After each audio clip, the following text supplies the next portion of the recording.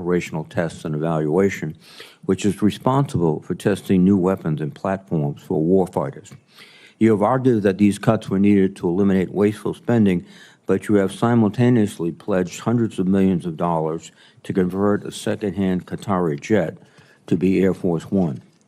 These decisions do not seem to align with readiness. Similarly, over the past 2 weeks, you have ordered 4,700 National Guard troops and Marines into Los Angeles against the will of the governor and mayor. These forces are in addition to the 13,000 troops you have deployed to the southern border and separate from the 20,000 National Guard troops requested by DHS to help ICE conduct, quote, interior immigration efforts. As a consequence, military units have to cancel their national training center rotations and waste invaluable hours and resources performing DHS activities unrelated to their warfighting missions. I cannot imagine a faster way to erode military readiness and distract from our ability to deter China, Russia, and Iran. You also claim that merit is the only measure of performance under your leadership. That is a worthy principle. However, you refuse to explain you fired many of our most senior military officers, including the Chief of Naval Operations and the Commander of Cyber Command. All of these positions remain unfilled, which weakens our military. As importantly, these officers were fired without any justification, indeed without considering merit, which creates the worst possible outcome for a military force. Fear throughout the ranks that one should not speak up, should not refuse an illegal order, and should not call out abuse nor question decisions. I fear that last week's disturbing display of partisanship at President Trump's event at Fort Bragg is an example of this. Mr. Secretary, I hope you understand the grave risks of politicizing the military and that you will commit to preventing it. Finally, you have pledged to be transparent as Secretary of Defense. Yet, to date, you have not held a single press conference at the Pentagon. Instead, you have evicted news outlets from the building, overwhelmingly restricted press access, and searched for leaks within your own staff, even threatening general officers with polygraph tests. This is not transparency, and it is a disservice to the American people who deserve to know what their military is doing. Ultimately, Mr. Secretary, this is a dangerous moment, and you must better demonstrate leadership, expertise, and competence atop the Pentagon. You are the 9th Secretary of Defense I have overseen as a member of this committee. In fact, this is the 26th time I have questioned the Secretary of Defense during their annual posture hearing. I have disagreed with each and every one of them on issues of policy and strategy, some more frequently than others, but I've always been able to work with them openly and earnestly because we shared a common agreement that our national defense supersedes partisanship. It's disappointing so far that we have not been able to establish such a relationship with this committee and with your department. Your candid and honest testimony today can go a long way toward making that possible, and I hope we can make that progress. Thank you, Mr. Chairman. Thank you, Senator Reid. At this point, we'll ask our witnesses to summarize their testimony in 5 minutes or shorter. We begin with Secretary Hegseth. Sir, welcome to the committee. Well, thank you, Mr. Chairman. Ranking Member Reid, distinguished members of the committee, we appreciate the opportunity to testify in full support of President Trump's proposed fiscal year 26 budget for the Department of Defense. I'm honored to testify alongside General Dan Kane, Chairman of the Joint Chiefs, and Bryn McDonald, who's performing the duties of DOD's Comptroller and Chief Financial Officer. We are also very proud to represent our warriors and their families. And today, as they do every day, they're keeping our country safe. They're defending our homeland. They're standing up to communist China. They're working hand in glove with our allies and partners. They are achieving peace through strength. I'd like to start by thanking this committee and Congress for your bipartisan leadership to give our troops a big pay raise in 2025. That includes an additional 10% raise for our junior enlisted service members E1 to E4. Thank you for supporting our initiatives that improve quality of life for our warriors and their families. Things that include making historic investments. This budget makes historic investments in living conditions, in barracks, in base housing, This budget reforms the PCS process to reduce the cost and stress of moves for families. We've already seen changes there. And we improve the quality of care provided by our defense healthcare system. The best part of my job is meeting and interacting with troops and their families. We hear their concerns. We know what it's like to face these challenges. I've been there recently. Each of these initiatives responds to feedback that we've gotten from the force. We are listening, and we are always looking for ways to improve quality of life for those who serve. Under President Trump's leadership, this budget puts America first and gives our warriors what they need. The $961.6 billion budget request, more than $1 trillion for national security, will end 4 years of chronic underinvestment in our military. Now, as is custom with first-year administration budget releases, additional time was necessary to implement presidential initiatives. So in the last 4 months, we've moved quickly to reverse course after 4 years of weakness and mismanagement. We found nearly $30 billion in savings across the department. And this savings, if you add this savings to our overall budget, we're increasing the DoD budget in 2026 by $143 billion. We do that by killing wasteful programs, targeting bureaucratic excess, and redirecting funding from Biden-era priorities to President Trump's priorities. We're working with the Department of Homeland Security to increase border security, to reduce China's malign influence in the Western Hemisphere, to defend freedom of navigation in the Red Sea. However, as we would all acknowledge, there's more work to do. I've got 3 core priorities in the department: restore the warrior ethos, rebuild our military, and reestablish deterrence. First, we're restoring the warrior ethos. President Trump has charged me to focus relentlessly on warfighting, lethality, meritocracy, standards, and readiness, and that is exactly what we're doing. We're setting standards that are high, equal, and unwavering. DEI is dead. We replaced it with a colorblind, gender-neutral, merit-based approach, and the force is responding incredibly. Because of President Trump and his America First priorities, recruitment and retention are higher than they've been in decades. Historic surge of young Americans who want to join our military. Second, we're rebuilding our military. 25 years ago, our military was unchallenged, yet we squandered that advantage as China carried out an unprecedented military buildup. President Trump is correcting that. We're reviving our defense industrial base, reforming our acquisitions process, rapidly fielding emerging technologies and new weapons to meet the challenges of the future. This budget invests $25 billion in Golden Dome for America, a down payment on President Trump's priority to defend our homeland. It also commits more than $62 billion to modernize and sustain our nuclear forces as we face rising nuclear dangers. The budget allocates $3.5 billion for the F-47, the world's first 6th-generation air superiority fighter. The budget will revitalize our shipbuilding industrial base with $6 billion in funding in FY26, and that's on top of $47 billion overall for shipbuilding. The budget significantly increases funds to buy next-generation technology, including autonomous systems, long-range drones, long-range fires, and hypersonics. We will put these capabilities in the hands of our warfighters, ensuring we remain the most lethal force in the world for generations to come. And third, we're reestablishing deterrence. When an opponent sees our well-equipped and tough-as-nails warriors, they will decide that today is not the day to test U.S. resolve.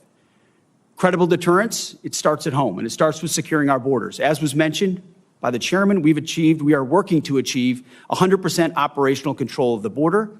Illegal crossings have decreased 99.9%, and it was just reported today that CBP released 0 illegals into the U.S. last month, down from 62,000 released into the interior last May. The Indo-Pacific is our priority theater, and China is our pacing threat. That's why I've traveled twice to that region to visit our forces and meet with our allies and partners. As we shift toward the Indo-Pacific, we're looking more to our allies and partners to be force multipliers alongside the United States, and we're making progress in that. We applaud those allies who are stepping up, but others need to do more and quickly. At the NATO Heads of State meeting next week, we expect NATO allies to commit to spending 5% of GDP on defense and defense-related investment.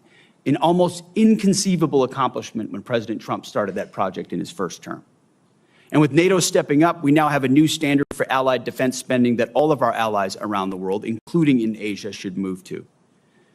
As the President has rightly pointed out, it's only fair that our allies and partners do their part. We cannot want their security more than they do. The Department of Defense is executing a common sense agenda to achieve peace through strength. We know the threats we face are serious, and so our investments are as well. And that's what this budget does. It matches capabilities to threats. We long for peace, so we prepare for war. We must overcome decades of neglect and decline. We must fortify our position as the world's most lethal fighting force, and we have to act fast because our opponents are. This committee is our critical partner. We appreciate your leadership and oversight, which is essential. And I look forward to accomplishing these goals to achieve peace through strength, support our warriors, protect our citizens and our taxpayers together with you. May God grant us the wisdom to see what is right and the courage to do it. Thank you. Thank you, Mr. Secretary. General Kane, do you wish to summarize your testimony? Yes, sir. Good morning. For 5 minutes, sir. Thank you, sir. I'll try to hit that target. Chairman Wicker, Ranking Member Reed, members of the committee, thank you for being here. I'm honored to join Secretary Hegseth and Ms. Bryn McDonald to appear before you today to testify on the President's fiscal year 26 budget. Today's hearing reflects our shared commitment to maximize efficiency, accountability of our taxpayers' dollars, and ensuring every expenditure increases the lethality and survivability of your joint force, providing our warfighters with the advanced capabilities and cutting-edge technology required to dominate our adversaries. I have deep gratitude for everyone in this room and our shared commitment to help deliver the capability and capacity that the joint force needs. That goes to our civilians and their families as we work to deliver peace through overwhelming strength. And I want to echo the Secretary's comments regarding our brave men and women serving abroad today. It's my responsibility as chairman to understand, advise, and integrate our joint force to confront and manage the risks worldwide. This demands a comprehensive understanding of every domain, across every service, and across every region, across all time horizons. It also requires making and advocating for difficult decisions that prioritize the finite taxpayer resources that we have in order to ensure the greatest impact and capability for our warfighters. The President's budget enables the joint force to defend our great nation from adversaries seeking to do us harm.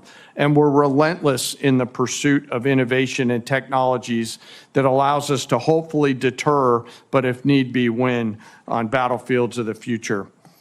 This budget empowers the joint force to get after the Secretary's 3 pillars: restoring the warrior ethos, rebuilding our military, and reestablishing deterrence, and ensures that the joint force is properly armed, globally integrated, and ready to go.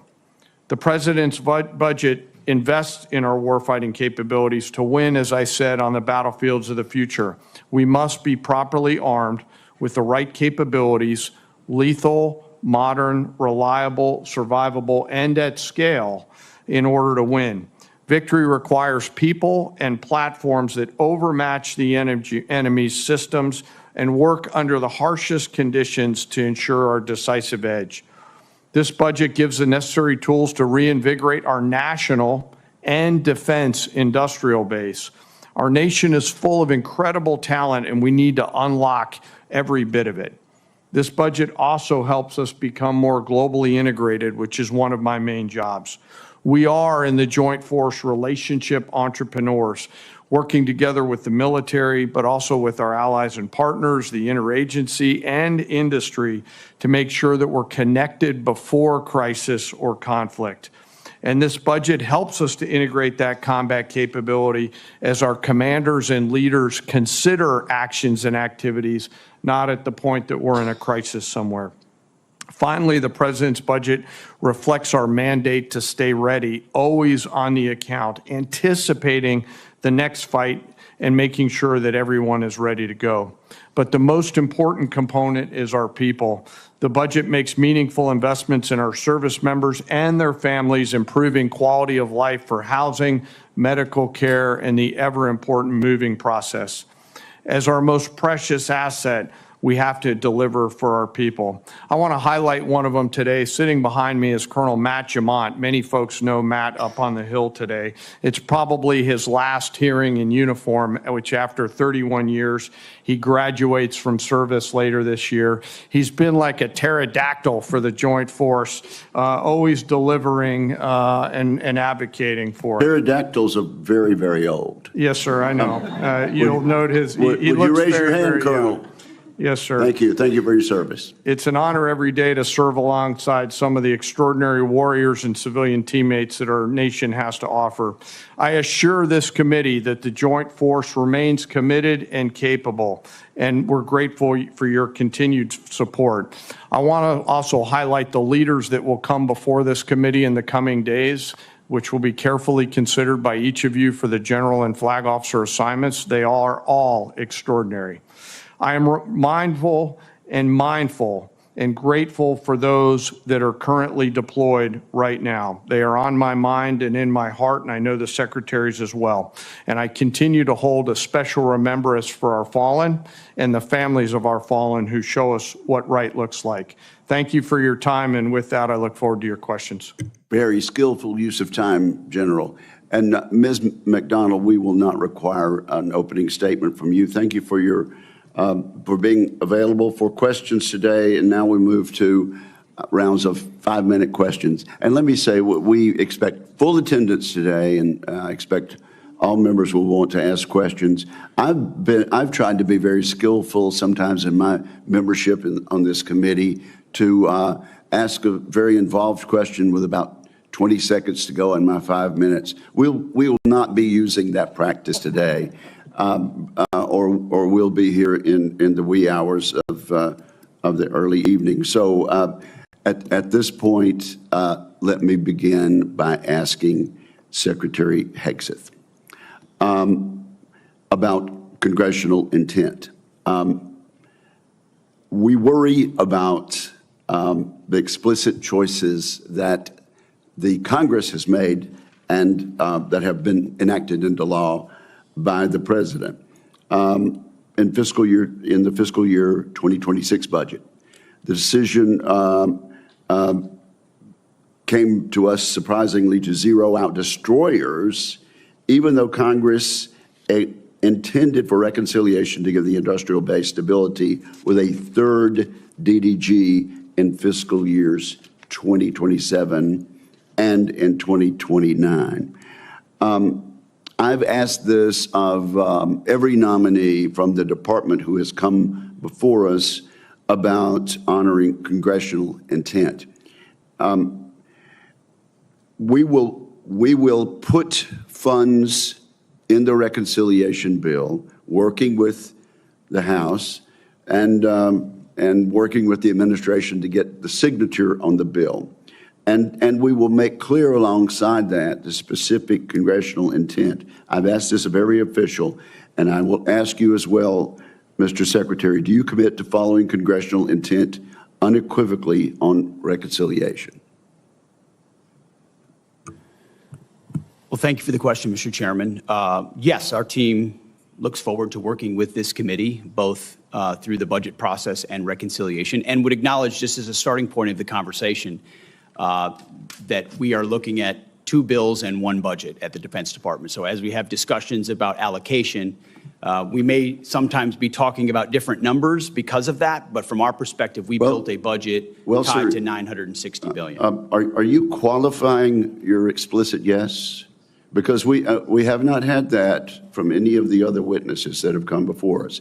If our congressional intent alongside the numbers in reconciliation is explicitly expressed, do you commit to following congressional intent unequivocally in reconciliation? Yes, we just wanted to clarify the entirety of the budget from our perspective. Well, thank you very much. Now, you said once before that, and I quoted in my opening statement, Mr. Secretary, that going below 3% of GDP would be very dangerous. That was your testimony in January.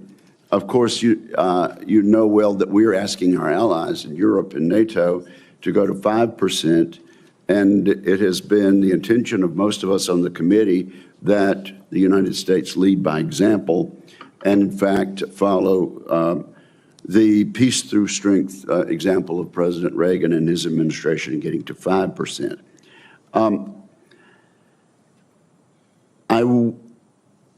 I understand that if you put reconciliation and the budget requests together for this year, it exceeds 3%. But if we go back to that same baseline for the next 3 years after that, we'll be under 3%. We intend to fix that. But do you still agree that going below 3% would be a, quote, very dangerous, unquote, choice?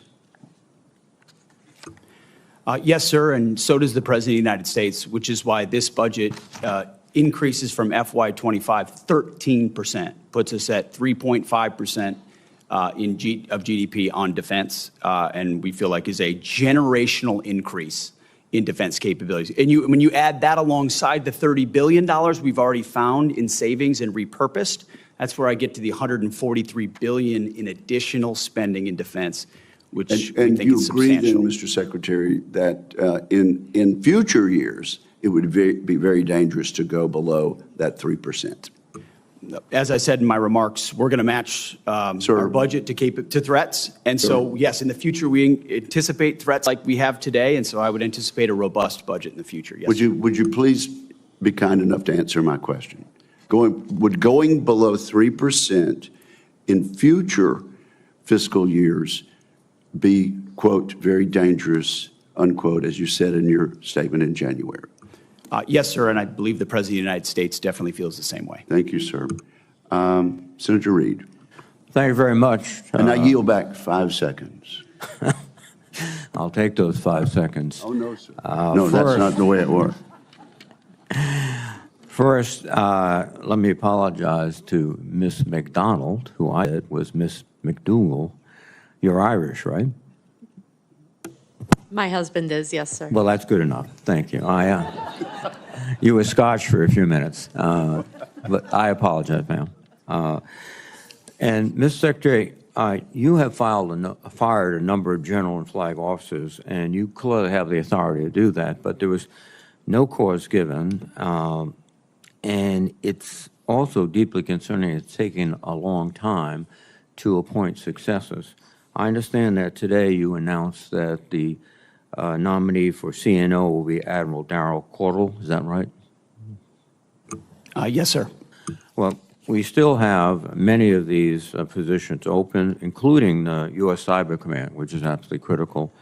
Do you believe that these lack of nominated leaders are affecting our warfighting abilities? Sir, I believe we all serve at the pleasure of the President.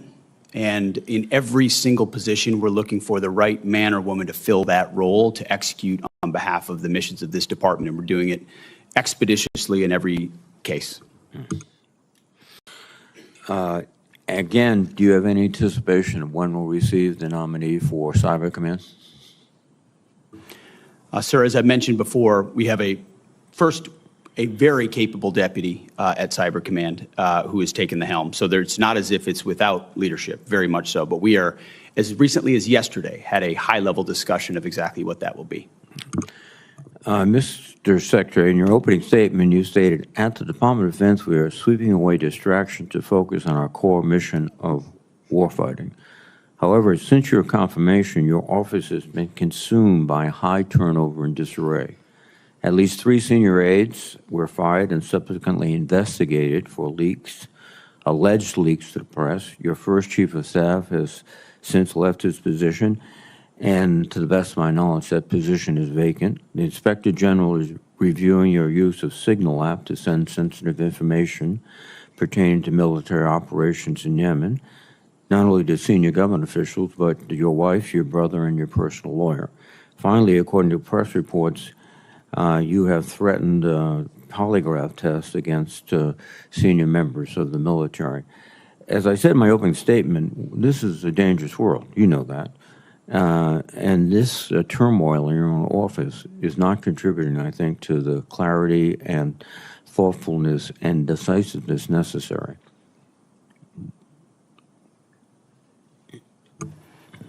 Sir, I would just say the media loves sensational headlines that are not connected at all to reality. If you look at the execution of our office and what we've done on the president's priorities, I'm very proud of what we've been able to do in 140 days. And when you move fast to reestablish deterrence and restore a warrior ethos and rebuild the military, it's going to come with some changes. But when you look at the leadership structure, both in uniform and on the civilian side of the Defense Department, it's as strong and capable as it's ever been. And I would contrast it with the chaos of the world under the previous administration. The debacle in Afghanistan, war unleashed in Ukraine, what happened on October 7th, that was a view of weakness and chaos unleashed by the Biden administration under the previous defense secretary. So if a few changes have to be made in the first portion of my term in order to get it right, I think that's pretty acceptable to establish deterrence and rebuild our military and restore the warrior ethos. Well, Mr. Secretary, you can cite those examples. History, I might have a different perspective. As I understand it, the direction to leave Afghanistan was an agreement with President Trump in Doha, which left our forces in a very precarious position since they were there for a year and they had to come out. And Taliban knew that, and they were going after them. But let me move on to another issue, which is 30 seconds. 35.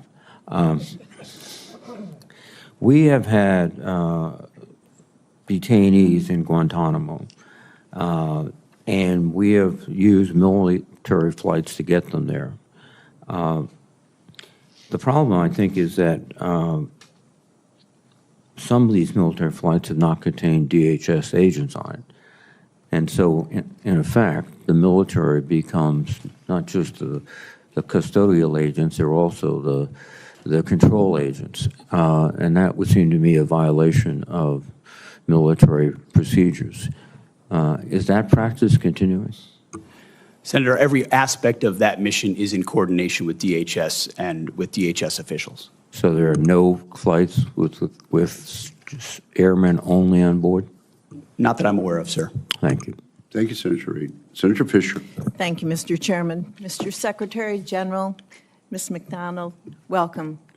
I serve on both the Armed Services and the Appropriations Committees, and every year we legislate annual authorization and appropriation bills that provide the policies and the funding for the department. While I'm confident we will do so again this year, the administration has made this process more difficult by delaying the delivery of budget materials to Congress.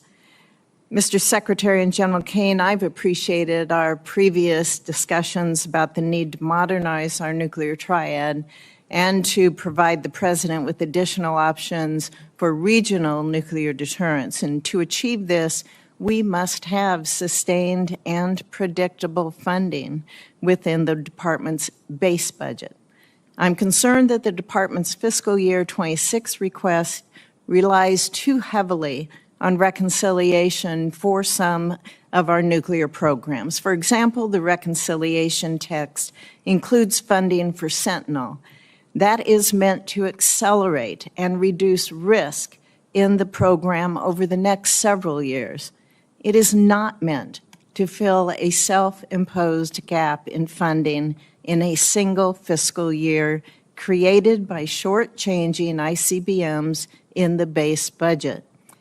I understand using reconciliation funding is relatively new to the department, but I expect us to work together throughout this cycle so that we can assure that funds are used as intended and that the programs are adequately funded within that base budget.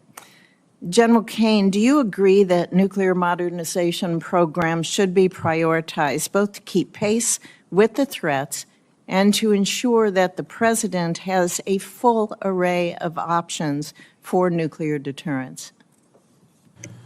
I do, Senator, and appreciate your leadership on ensuring that we've got the tools that we need to deliver for the triad of the future. Secretary Hegseth, although progress has been made the last several years, I continue to be concerned about the ability of our defense industrial base to produce munitions at an adequate scale to support our warfighters in these modern conflicts that we have.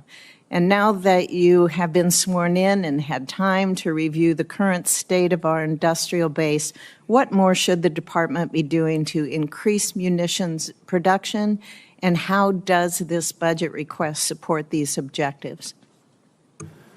Senator, it's a great question. We should be doing everything we can, which is precisely what we are doing at the very highest levels, from myself to the Deputy Secretary of Defense. With industry, this budget is a 45% increase in the defense industrial base. It invests in critical munitions procurement. It invests in defense supply chains, in resilience in supply chains, in increased competition and capabilities for outside companies to get into the business of providing critical munitions. So across the board, we're finding and hiring innovators to move as quickly as possible, cutting through the bureaucracy, the red tape to deliver those systems in a world that needs them now more than ever.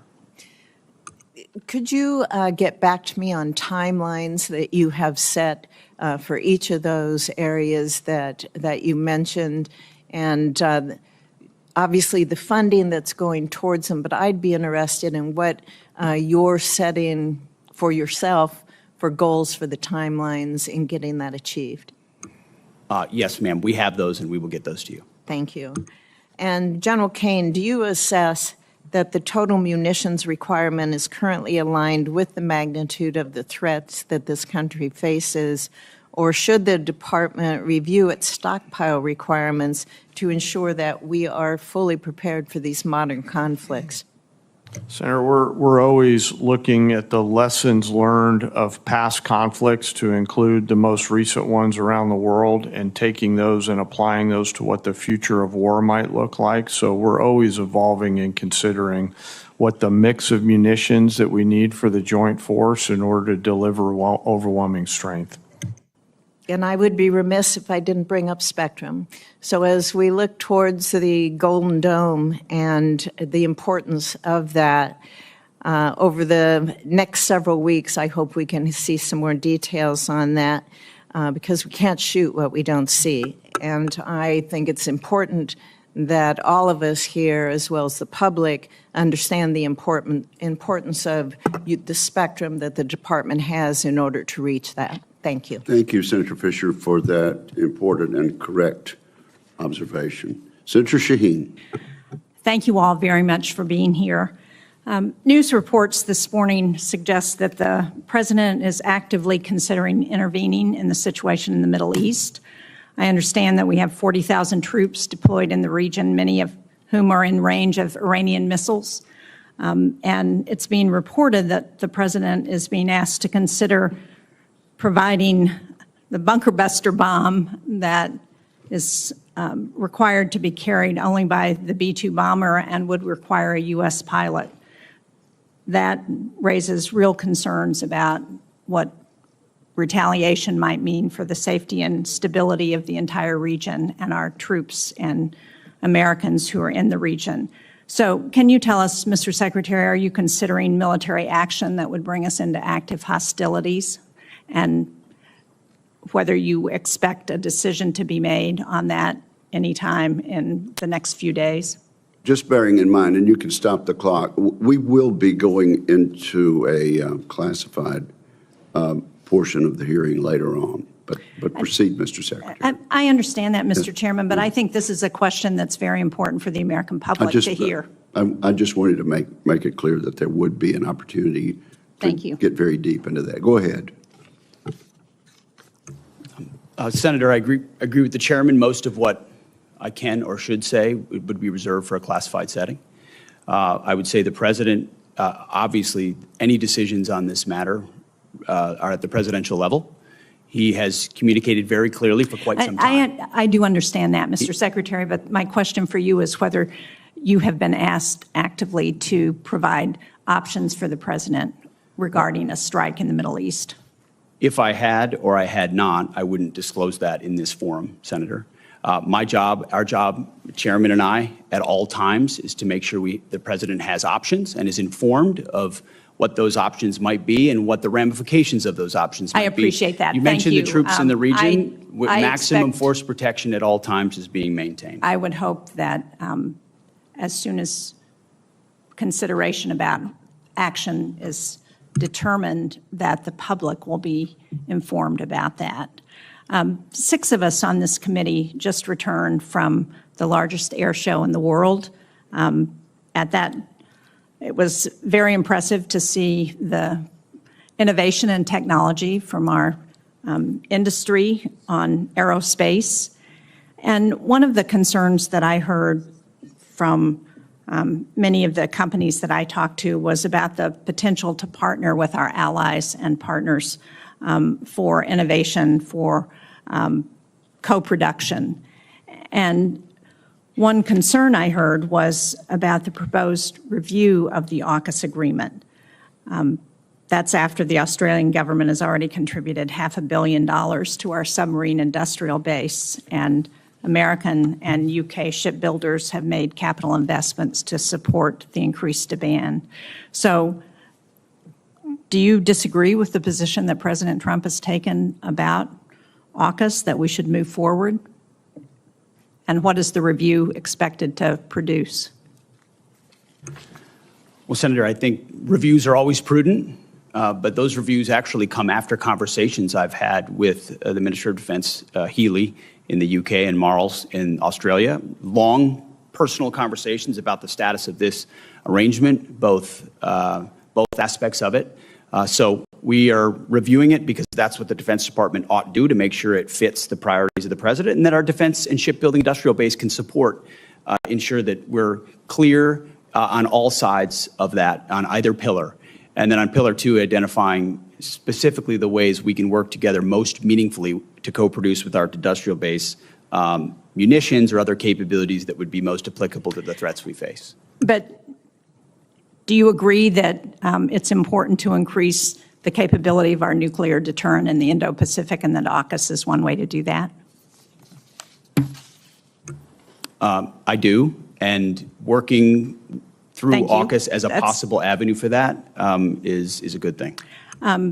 Last week, Mr. Secretary, during the SAC-D appropriations hearing, you reaffirmed the need for an exemption for the Portsmouth Naval Shipyard to your hiring freeze. Senator Collins asked you a very relevant question on that. And since Senator King and I share that shipyard, I'd like to ask you again, because we have not yet heard anything from you or from the Office of Personnel Management about how they're responding to this. DOD has told us that the Office of Personnel Management needs to review every single new hire one by one at a time when we need 550 people every year just to keep up with the Navy's demand for maintenance and on its nuclear submarines. So will you commit to talking to OPM on this issue? Yes. Thank you, Senator Shaheen. Senator Cotton. Welcome, everyone. Thank you for your testimony and, more importantly, your service. Secretary Hegseth, the president at a press gaggle just now at the White House said of strikes against Iran, Senator Shaheen's question, I may do it, I may not do it. I mean, nobody knows what I'm going to do. You had referred to these questions as presidential level decision, is that right? And I think that's always true. Advisors advise and presidents decide. But it's your job to have contingency plans for everything that the president may or may not decide. Is that correct? That is correct. And no one should be surprised or scandalized that the Pentagon has lots and lots of contingency plans. Senator, our job is to have contingency plans. It's like in Armageddon, Billy Bob Thornton's character Truman, speaking of NASA, could have been speaking of the Pentagon. You're geniuses. You're just thinking stuff up, and you got people in another room backing them up. Is that right? We plan. Thank you. And although it's true in every part of the government, it's probably no more true in your department that it's a presidential level decision. This is the president's core constitutional responsibilities as the commander-in-chief. I mean, it's important what he does with labor and HUD and the rest, but as the commander-in-chief, it's the most important role he has, and therefore you're the department where you take the most direct guidance from the president. Everyone in the department has to support the president's decisions once those decisions are made, correct? Correct, Senator. As I've said, there's only one person that was elected president of the United States. Yeah. And the American people elected him to make these decisions on their behalf. And if and when those decisions are made, the department is prepared to execute. And I know that you welcome and have robust policy debates in the department, and no doubt you have very differing views on many questions, whether it's what to do with Iran or what kind of aircraft or ships we need to build or what the quality of commissaries are on our bases, and that's welcome. You need that kind of robust debate to make the right recommendations. But once the president's decision has been made on any question, that's final, right? That's your standard? The president welcomes, I've watched it in real time, views on all issues from all aspects. But yes, once those have been represented, intelligence is represented, options represented, upsides, downsides, threats, of course, when the president makes a call as the commander-in-chief, we will execute. Well, thank you, because I know there was some controversy earlier this year inside the department, and not everyone seemed to be on the same page that you and the president are after presidential decisions had been made, and you had to make some tough decisions there. And I commend you for those decisions. I think you did the right thing. You have to make sure that everyone stays on the same page and everyone supports presidential decisions. One decision I also want to call out, since we haven't spoken about it here, and I'm not sure we will, and I want to commend you for as well and commend your team, is the redesignation of base names for Army bases. In the summer of 2020, as a Jacobin fever swept the country during the BLM riots, it was decided to rename several Army bases. To be honest with you, I think most soldiers serving those bases didn't even know who they were named after. They just had fond recollections for decades of their time at Fort Benning or Fort Bragg or other places. And I think now you've completed the effort to redesignate those names, those bases, to the names that so many generations of soldiers served at for new American heroes. Is that right? Yes, all of the previous names for the U.S. Army installations have been returned. Well, thank you. I think that was an inspired approach. It complies with the law. It teaches a new generation of soldiers about those who went before them, and I hope the matter is settled. I especially want to commend you for Fort Gordon, named after Gary Gordon, one of two Delta operators along with Randy Shugart, who willingly laid down their life in the Battle of Mogadishu to protect their buddies, not even in the battle at the time, and against commanders' repeated wishes until they pestered the commanders finally to let them get on the ground and protect those soldiers on the ground and lay down their life. I think that was an inspired choice. One final question. You'd said that everything needs to be on the table to address our munitions crisis. We all agree on this committee. We all have been working hard for many years on that. Private industry is very important, but you have your own organic industrial base. Ammunition plants, arsenals, depots, that's included in everything, right? That we need to look at every possible source to address every potential choke point in our munition supply chain. Every possible source. Thank you. General Kane, you agree with that, I presume, that our organic industrial base, especially the arsenals and ammunition plants and depots, are a solution to this problem, not a part of the problem or a relic of the past? I do, sir, and I'm aware of your letter to the Army on that matter, which I know they're looking at. Okay, thank you. Thank you. Thank you very much, Senator Cotton. Senator Gillibrand. Secretary Hegseth, this committee has had many hearings about the future of warfare and making sure that we have the complement of warfighters that we need to win any future wars and not focus on how we could have done better in the previous war. One of the areas where I have deep concern is cyber defense in this country. I'm concerned about cyber warfare. I'm concerned about cyber terrorism. I'm also concerned about the deployment of UAS, as we've seen being extremely powerful in the war in Ukraine. We've seen what Iran has done. So I'm concerned about our posture with regard to UAS and a defensive posture with regard to UAS attacks. I am very concerned about what happened over many of our military sites. Drone configurations hovering for weeks without response. No authorities to be able to track where those drones came from by the DoD to assess, are they Iranian, are they Chinese, are they Russian, are they on spy missions, what is their purpose? Inadequate authorities, inadequate defenses, inadequate technology. The Langley incursion is incomprehensible. On top of that, I'm very concerned that we are not investing in our cyber professionals, that we don't have enough cyber offense, enough cyber defense. We have currently 30,000 open cyber positions within the DoD. So I'd like to hear from you, what's your plan to have cyber defense and cyber warriors at the appropriate complement? And number two, what is your plan to create the authorities that you need for UAS defense and to have the inadequate response of this is someone else's job no longer come out of our leaders? Well, Senator, thank you for the question. You're right over the target. Cyber needs to be a part of every single way that we plan and look at the world. That gray zone part of conflict, and we can't cede that terrain in any way to our adversaries. And so it is, you'll see the resources in this budget that invest in that. You'll see it fully integrated into planning and capabilities.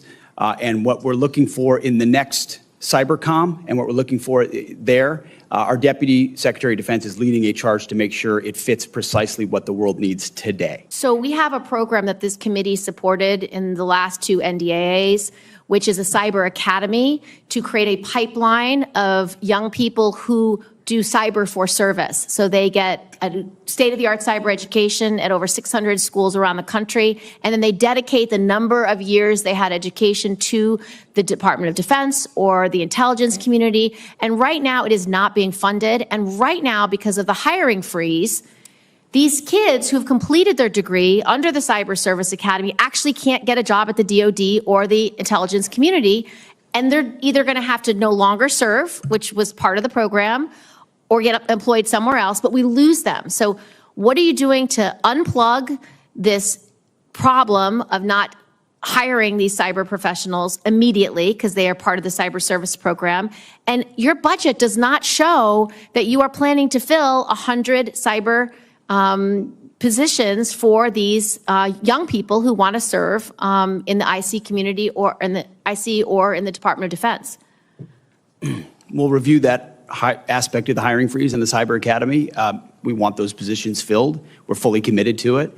And then on counter UAS, which you mentioned, it is a reality of the modern battlefield, whether it's in Ukraine or elsewhere, that we have to fully account for and address as aggressively as possible. And you have my assurances at the highest levels, we are putting our best people in charge of ensuring we have counter UAS systems that can match the threats of the future. I would like you to prepare for this committee 2 letters in response to these questions. 1, what are you going to do to fill the 1,000 slots for the Cyber Academy?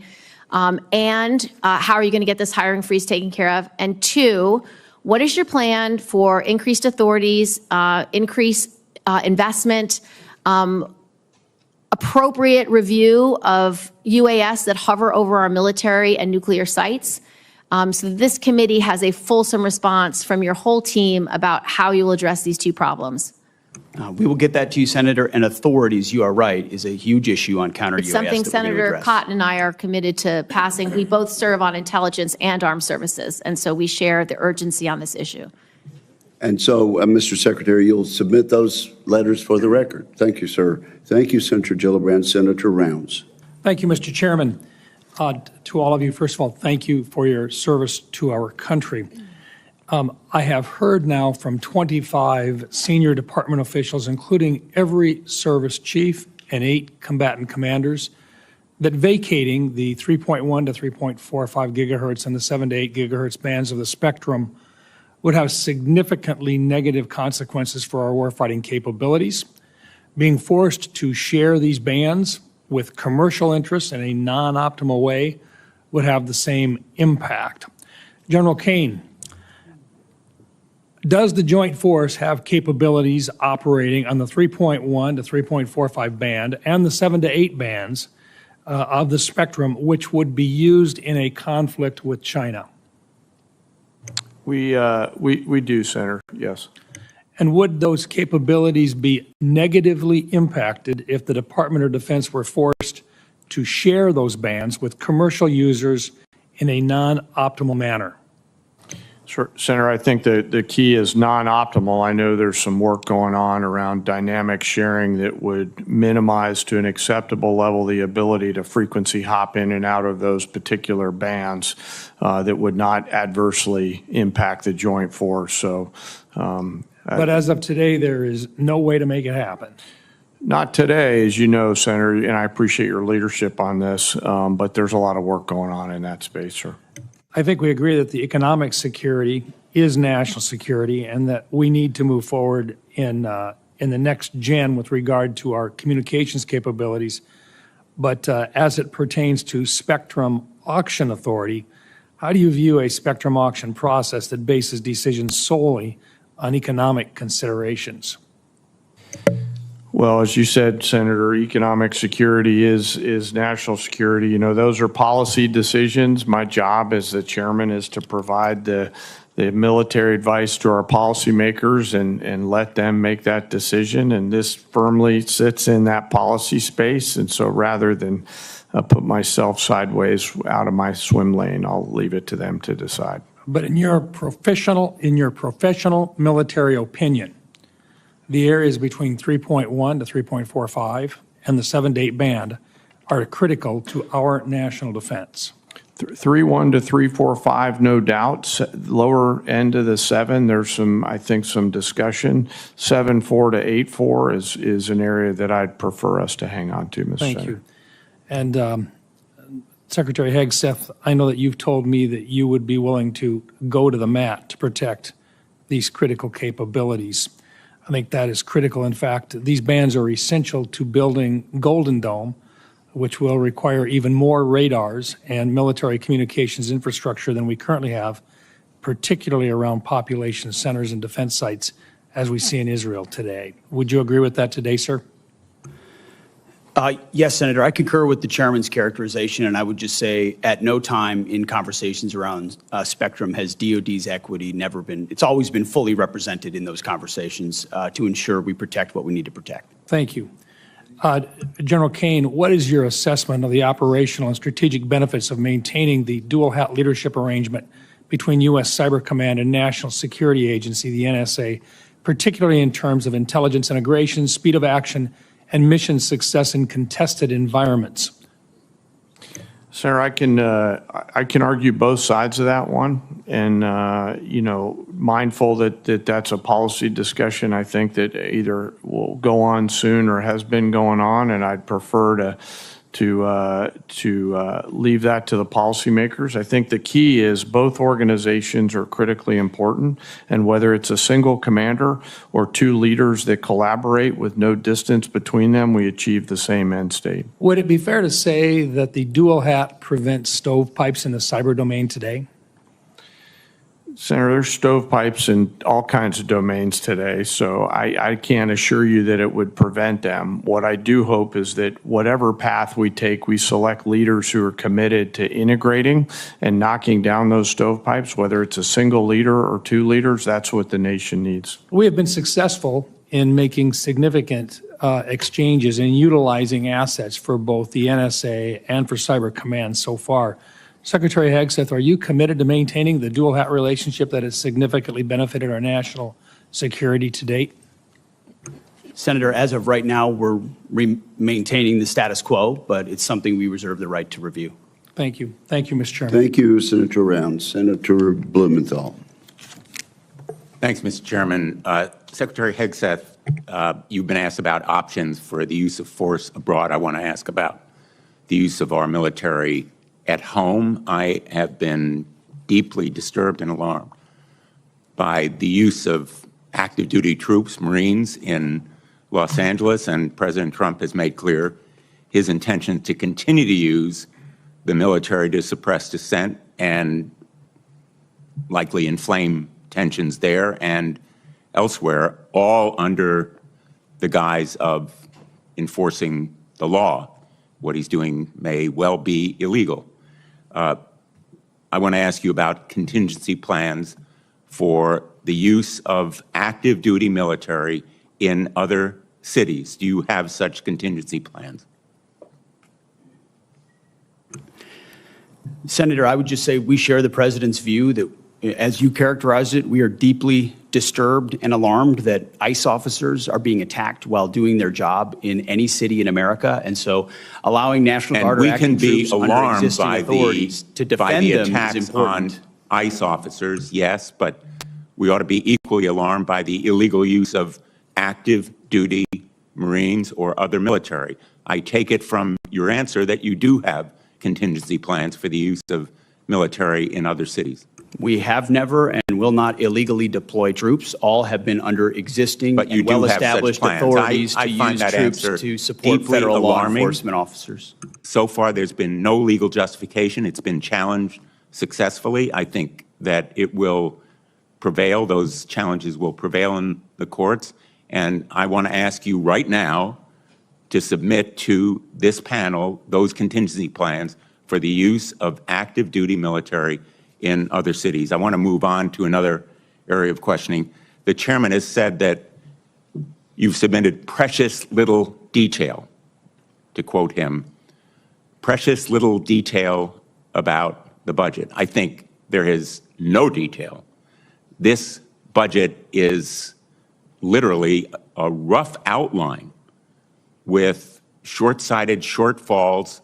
For example, the shortfall on the Columbia class, $2 billion. Only about $1 billion for Virginia class. There is virtually no outline or specificity as to how you are going to provide drones to defend and also engage in offensive outline and maneuvers. The nature of warfare is changing right before our eyes in real time. Unmanned aerial and undersea warfare is happening in Ukraine and elsewhere, and I think that you owe this committee and the American public more specificity in that budget, because we will be at risk, we are at risk right now, in the Middle East. And I want to know whether we have contingency plans to protect our U.S. personnel in the region from the kind of swarm of drones that have proved devastating already to 3 of our service people in the Middle East on a base in Jordan. Do you have such plans to protect against drones there? Senator, we work hand in glove with the Joint Staff and CENTCOM and every COCOM, especially right now, to ensure everything at our disposal is available to ensure maximum force protection against any contingency, including the one you described, sir. Well, I have no assurance that we have the capacity to safeguard against the swarm of small, lightweight, slow-moving drones that are, in my view, our major vulnerability. And right now, if we engage in the Iran conflict, would put us and U.S. personnel at risk there. Let me ask you about Ukraine. I've just returned from my 7th trip to Ukraine. I am the advocate, chief sponsor with Senator Graham in the Russia sanctions bill. You said that the United States and the ranking member cited it, that we must start by recognizing that returning to Ukraine's pre-2014 borders is an unrealistic objective and will only prolong the war. My question to you is, when will you release the PDA $4 billion in equipment that Ukraine desperately needs? It's sitting there. Ukraine deserves it. When will it be released?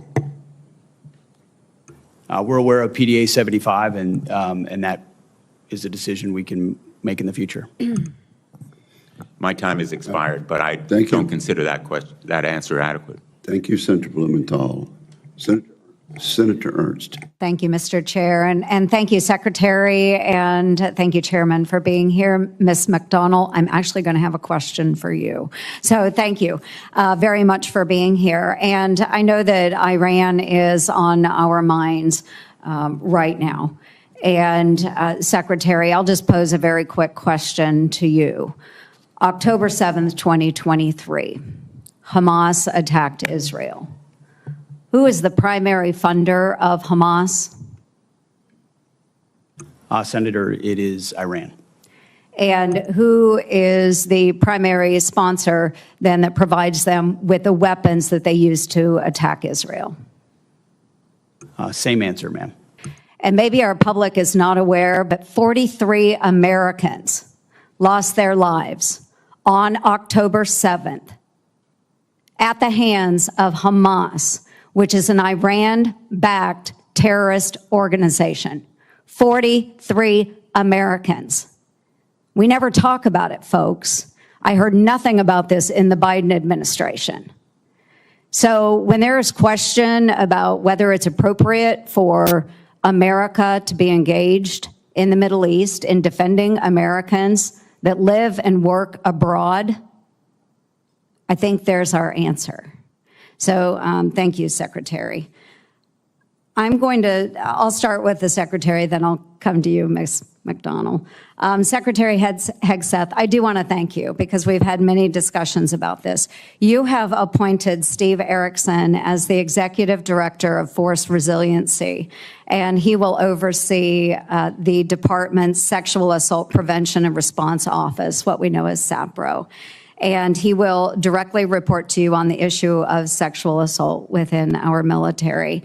And you've been very responsive on this issue, and I commend you for that. And I have already received my first briefing by Mr. Erickson. So to continue building on this progress, I'm going to hold quarterly meetings with the SAPRO, and we want to make sure that we continue the momentum that we are seeing within the department on that. And Secretary Hegseth, from your vantage point, what positive trends are you seeing out of SAPRO?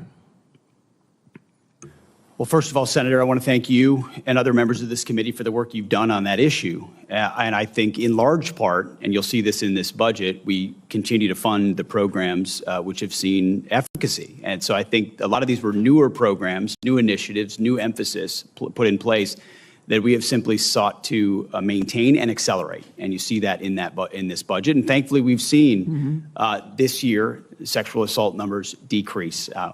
One is too many, as we've said before, but a decrease is a good trend to see. We want to continue that.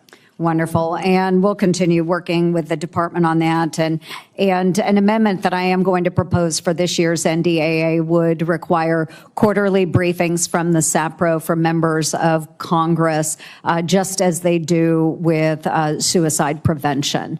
So we'll continue working on that. I also would love to touch upon a number of other issues I've worked as far when it comes to fiscal sanity within the department. I can submit those for the record because I do want to give Ms. McDonald an opportunity. Let's talk about an audit. I love working with the comptrollers out there, but GAO released a report warning that the Department of Defense is unlikely to achieve a clean audit by 2028, citing longstanding financial management weaknesses. And it's my understanding that a key issue in the department's continued reliance on outdated business and feeder systems that lack internal controls continues to contribute to that. So to help address that, in the reconciliation package, we have $350 million that will be dedicated and directed toward improving audit outcomes across the department. So, Ms. McDonald, all to you. Can you walk us through how the department intends to meet its statutory requirement of achieving that clean audit by 2028? Thank you for the question, Senator, and thank you for your support in reconciliation for automation, AI, and business system replacement to achieve the audit The first day we came in, that was one of the first topics the Secretary and I discussed, and he actually just put out a memo with guidance for milestones each fiscal year that the department is going to achieve the financial audit by 2028 or sooner, as he has challenged us to do. The Marine Corps just passed their second clean audit opinion. 2 additional components have done the same recently. And within the next 3 years, under the Secretary's guidance, the remainder of the department will achieve the clean audit opinion. Well, outstanding. We really appreciate that. Thank you, everyone, for your service to our great nation. Thank you very much, Senator Ernst. Senator Hirono. Thank you, Mr. Chairman. Secretary Hegseth, you've had a tough start. At your confirmation hearing, my Democratic colleagues and I rightly questioned whether you had the requisite qualifications and experience to lead the DoD, the largest federal agency, especially given your checkered past, which included paying $50,000 in hush money to settle a sexual assault allegation against you and driving 2 veterans organizations into the ground. After only months on the job, our concerns about you have proven true, as far as I'm concerned. Instead of strengthening national security, you've turned the Pentagon into a dysfunctional mess. You are jeopardizing military operations and service members' lives with your unprecedented action of texting classified military plans to anyone who might stroke your ego. Leading the Department of Defense is more than just a PR campaign filled with photo ops. While you pose for cameras, Russia's war of aggression against Ukraine continues unabated. Israel and Iran are also at war, in large part because your boss tore up a multilateral agreement former President Obama brokered with the UK, France, Germany, China, and Russia that curbed Iran's nuclear program and ambitions. Meanwhile, China advances in the Pacific as this regime undermines and attacks our allies. At a time when steady leadership is critical, we are confronted with crisis and instability. Mr. Secretary, close to 5,000 Marines and National Guards have been deployed to LA without the request or consent of the California governor or the Los Angeles mayor, Bass. Rather than calming the situation, this troop deployment is purposefully inflaming and escalates tensions. You claim lethality is your top priority. Do you plan to unleash this lethal force against U.S. citizens and civilians in LA and other cities? Well, Senator, I would reject most of the characterization of that statement, including lethality against U.S. cities, when all of those National Guardsmen and Marines have conducted themselves with the utmost of professionalism, defending our federal agents, Americans, who deserve to be able to do their job to deport illegal immigrants after the previous administration allowed 21 million illegals to cross our border. I am not here to listen to rhetorical responses. I would like to have a professional response that I would expect from somebody who is the Secretary of Defense. Millions of people peacefully demonstrated this weekend against the president acting like a king. Given this regime's dangerous policy of mobilizing troops inside the U.S., the politicizing of the military is a legitimate concern. So, given the dangerous policy of mobilizing troops inside the U.S., if ordered by the president, I'm going to ask you once again, to shoot peaceful protesters in the legs, would you carry out such an order from the president?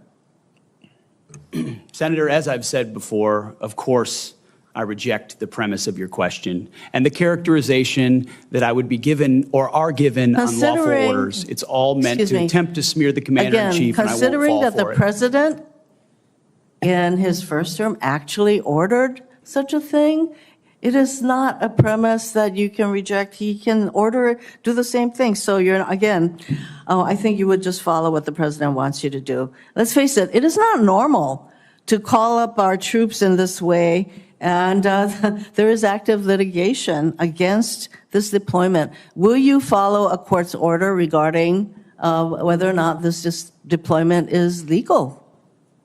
If the court says this deployment of troops into our cities is not legal, would you follow that court's order? It's pending in the courts, Senator. Well, when the court decides, would you follow that court's order, decision? I don't believe district courts should be determining national security policy. So but you will not be following that. when it goes to the it's a Supreme Court, legitimate we'll see. Court. And unless the president decides to appeal, there you have it. So I take it that you don't consider district court decisions to be legitimate. Thank you, Mr. Chairman. Senator Sullivan. Thank you, Mr. Chairman. Mr. Secretary General, welcome. I think you guys are doing a great job. And I think this kind of line of questioning, it's amazing how my colleagues on the other side of the aisle now focused on readiness, right? I mean, I know my colleague from Hawaii chaired the readiness subcommittee. I think we had 2 hearings in 4 years, right? So I appreciate your focus on readiness, lethality, deterrence. Ms. Secretary, thank you also for your focus on Indo-PACOM. Your speech and attendance at the Shangri-La Dialogue was really outstanding. And General, I'm glad you were there as well. I appreciate your direct answer to the chairman on following the laws directed by the Budget Reconciliation Bill, which hopefully we're going to get over the goal line. It'll be great for our military. It's important that all your subordinates get that message as well. I'm sure they will. General, thank you for your visit to Alaska, the most strategic place in the world. Ms. Secretary, I'd love to have you up there soon. As a matter of fact, for your staff, take a look. August 16, 18, that's going to be the overlap of 2 large-scale exercises in Alaska, Northern Edge, Arctic Edge. I believe the Indo-PACOM commander and NORTHCOM commander will likely be there around that time. Would love to have you there, Mr. Secretary, so take a look at that date. General, do you have any quick takeaways from your Alaska visit? Sir, thanks for hosting me up there on my way to Shangri-La. It was great to see all the soldiers, sailors, airmen, Marines on the northern flank getting after it. It reminded me of the criticality of that part of our country and the importance of taking power projection up there. And I know the services are all looking at that. So thank you for having me. Everybody appreciated your visit, so thanks again. Ms. Secretary, I really appreciate your focus on reestablishing deterrence. By the way, it's really hard to do once you've lost it. This has been particularly true with regard to Iran. Let me give you my view on how tough that has been. You know, the Quds force, led by Soleimani, killed and wounded over thousands of U.S. service members when they were providing EFPs to the Iraqi Shia militias, while John Kerry was palling around with the Iranian foreign minister, Zarif, on the JCPOA stuff. General, you might remember one of your great predecessors, General Dunford, in a hearing before this committee, said we had completely lost deterrence, that the Iranians thought they could kill American service members anytime they wanted, and they ended up killing over 600 and wounding over 2,000 with no consequences. That was General Dunford telling this committee. We regained deterrence under President Trump's first term with the maximum pressure campaign and, in particular, killing Soleimani.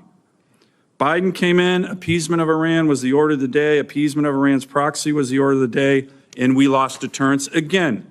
So much so that not only did he unleash the proxies, the Iranians, and fund them, but it was public knowledge that Iran was trying to assassinate senior U.S. officials, including Mike Pompeo and President Trump. Talk about losing deterrence. Mr. Secretary, Iran's military and leadership is in complete disarray right now because of the bold actions by Israel. Is this an opportunity now to once again, like we did in the first term of the Trump administration, reestablish deterrence against this terrorist regime by making sure one way or the other they never have the capacity to enrich or produce a nuclear bomb, a goal that President Trump has repeatedly emphasized? And again, I thank you for focusing on reestablishing deterrence. It's critical, and you're right. It's difficult to reestablish when you lost it, which we did under the Biden administration. We know right now that Tehran understands exactly what the president is saying. He set 60 days. The world can believe it, and the world cannot believe it. He set 60 days. They had an opportunity to make a deal. They should have made a deal. President Trump's word means something. The world understands that. And at the Defense Department, our job is to stand ready and prepared with options, and that's precisely what we're doing. So is this an opportunity now to reestablish deterrence the way it was done in the first administration? Senator, I think we already have, in many ways, in this environment, reestablished deterrence. The question is, in the coming days, what direction that goes. Finally, Golden Dome, we look forward to working with you. It was good to see you at the Oval Office. We have a great opportunity here. Presidential leadership, your leadership, budget reconciliation bill, $25 billion down payment. Senator Kramer and I will be introducing legislation with Senator Sheehy on this next week to firmly entrench our strategy. We've been working closely with DOD on Golden Dome in the law, and we look forward to continuing to work with you on that. Thank you, Senator Sullivan. Senator Kaine. Thank you. Mr. Secretary, earlier this month, you announced a plan to change the name of 3 Virginia military bases to restore the names of Confederate-era generals on those bases. You researched to find brave American soldiers with the same last names, Lee, Hill, and Pickett, who had not fought for the Confederacy and declared that those Confederate adjacent names would be restored. The problem is that you had to strip away the names of 4 amazing people that the Pentagon and local communities had chosen to honor at the Virginia bases.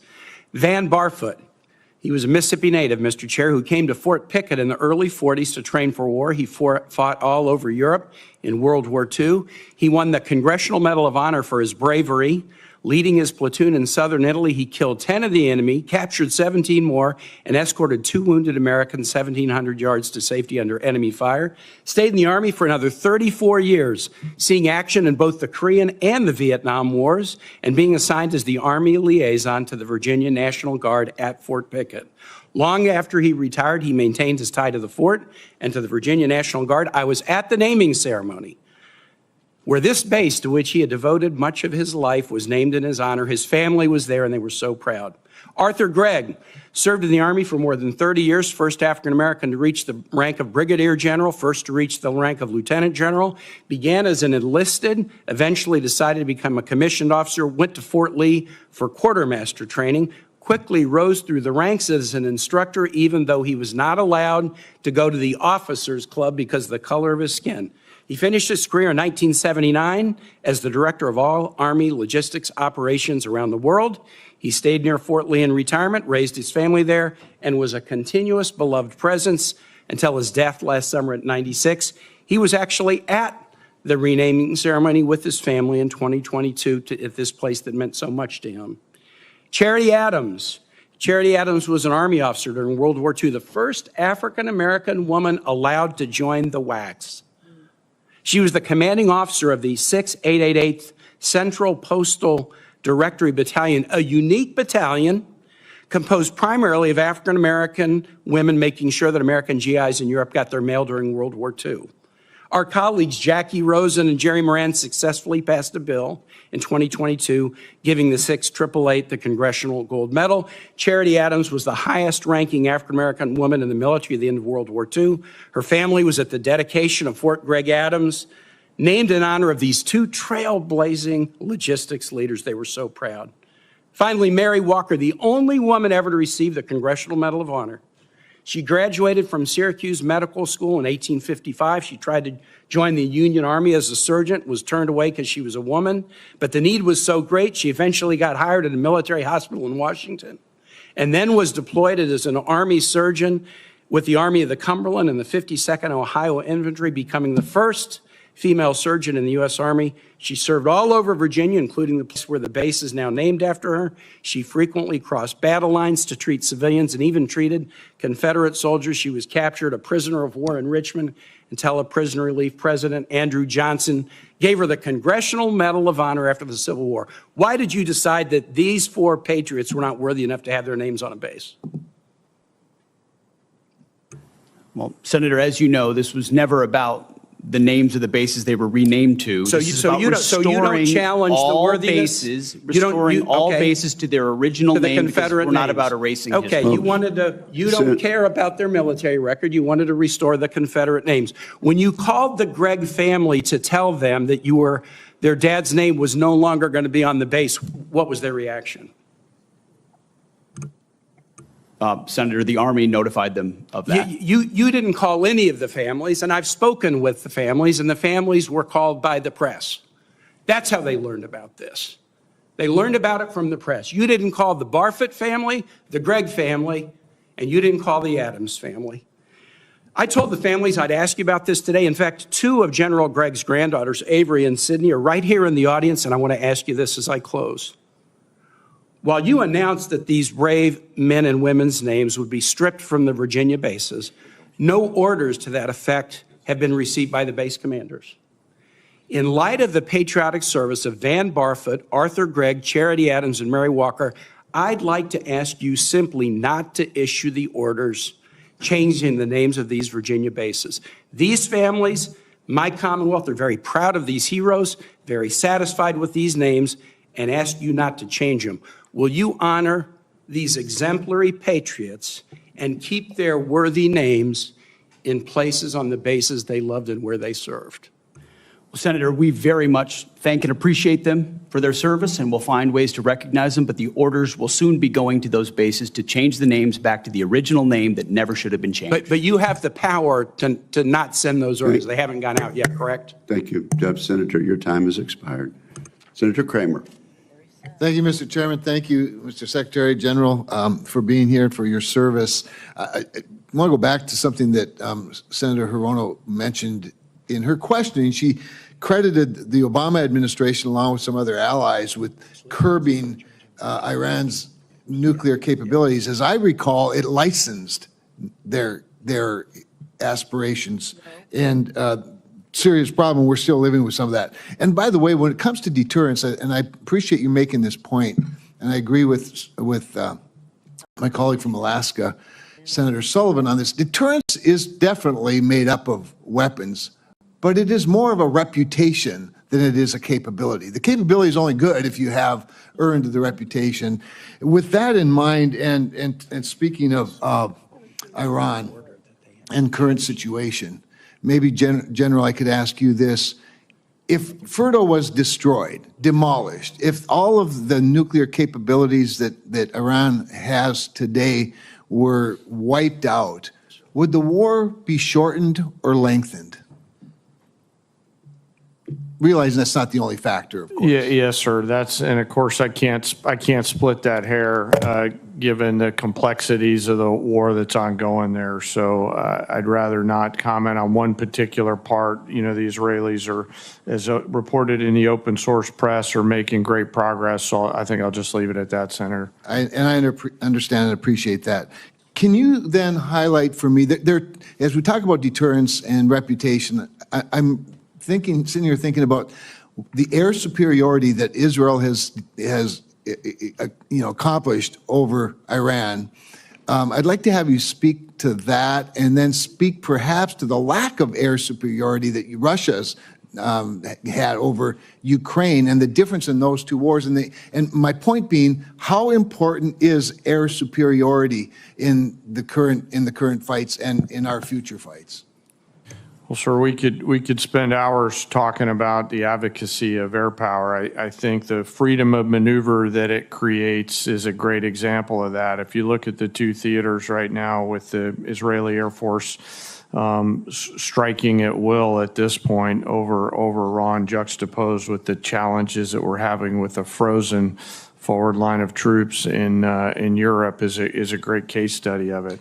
You know, the great thinkers, air power thinkers, are looking at the advancement in technologies from both theaters, the advancement of first-person view drones and things like that. And I think folks are going to have to think clearly about what does the future of air superiority look like, and how does it evolve to make sure that we're protecting those essential teammates that are on the ground fighting in order to prevent frozen flots, forward lines of troops in the future.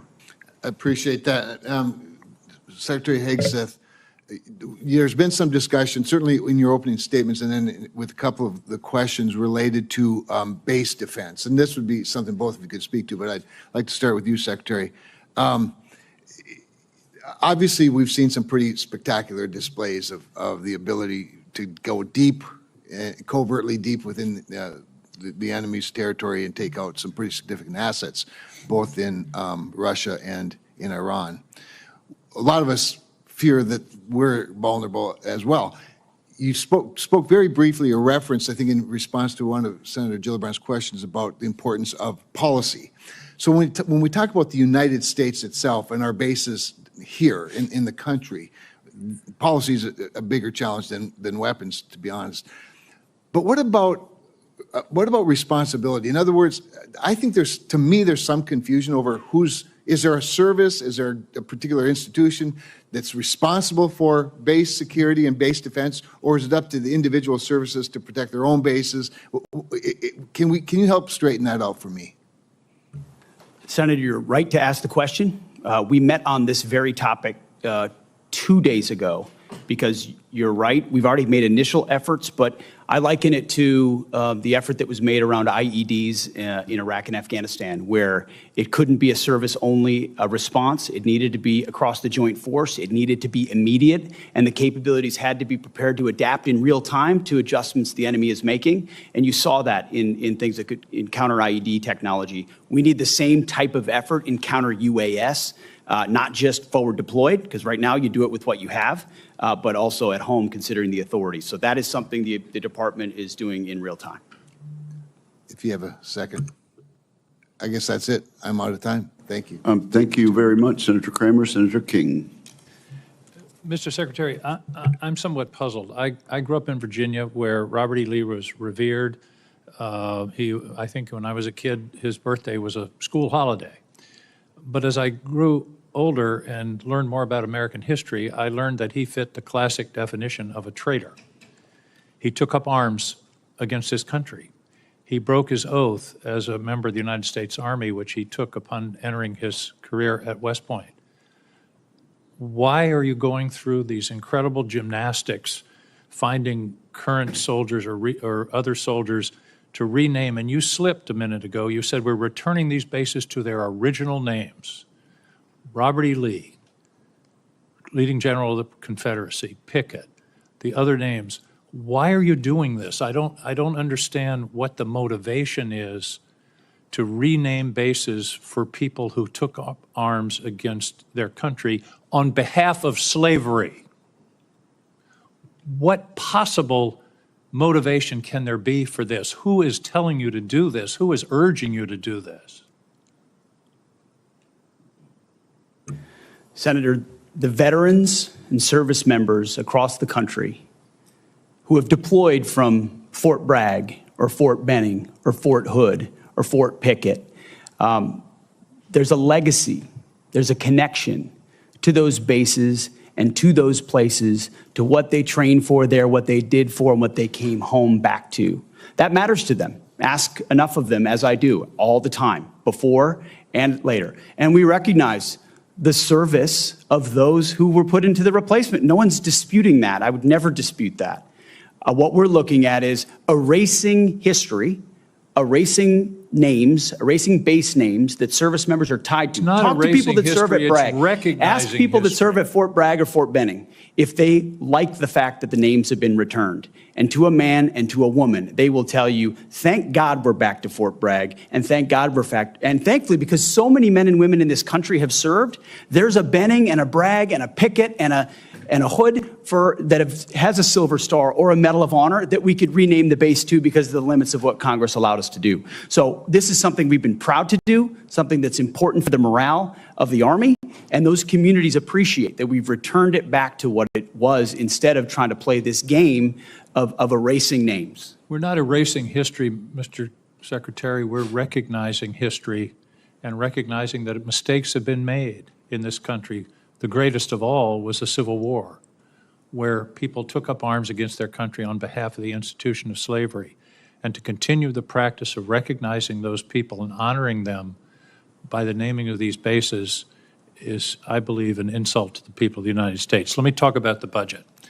I don't understand why the budget is coming to us in two pieces. Why not give us an honest base budget instead of putting a piece of it in reconciliation?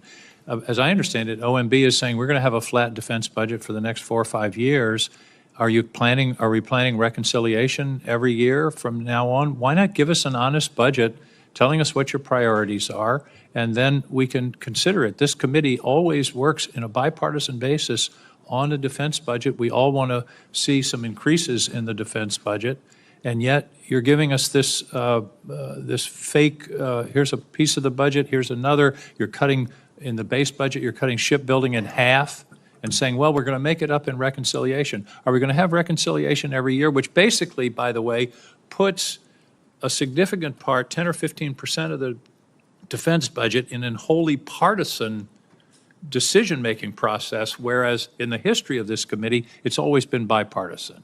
Why are we doing it this way?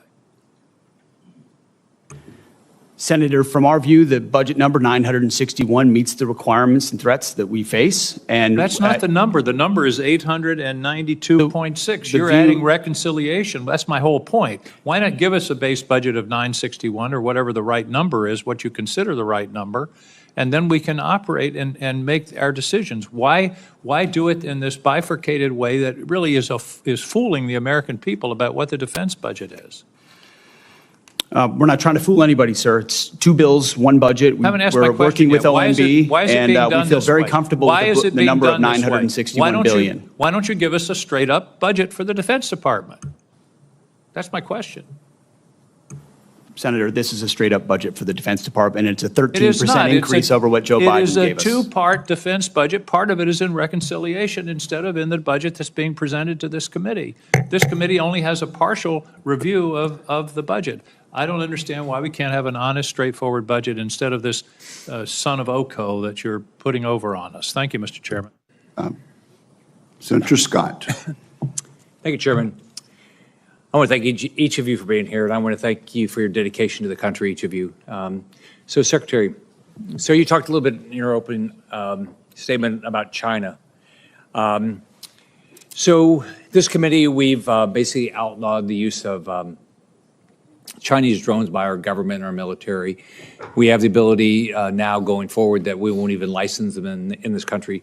Can you just talk about the importance of making sure that our military, we don't have Chinese products, whether it's drones, we don't buy Chinese drugs for our military, we don't allow China to buy farmland close to our military bases.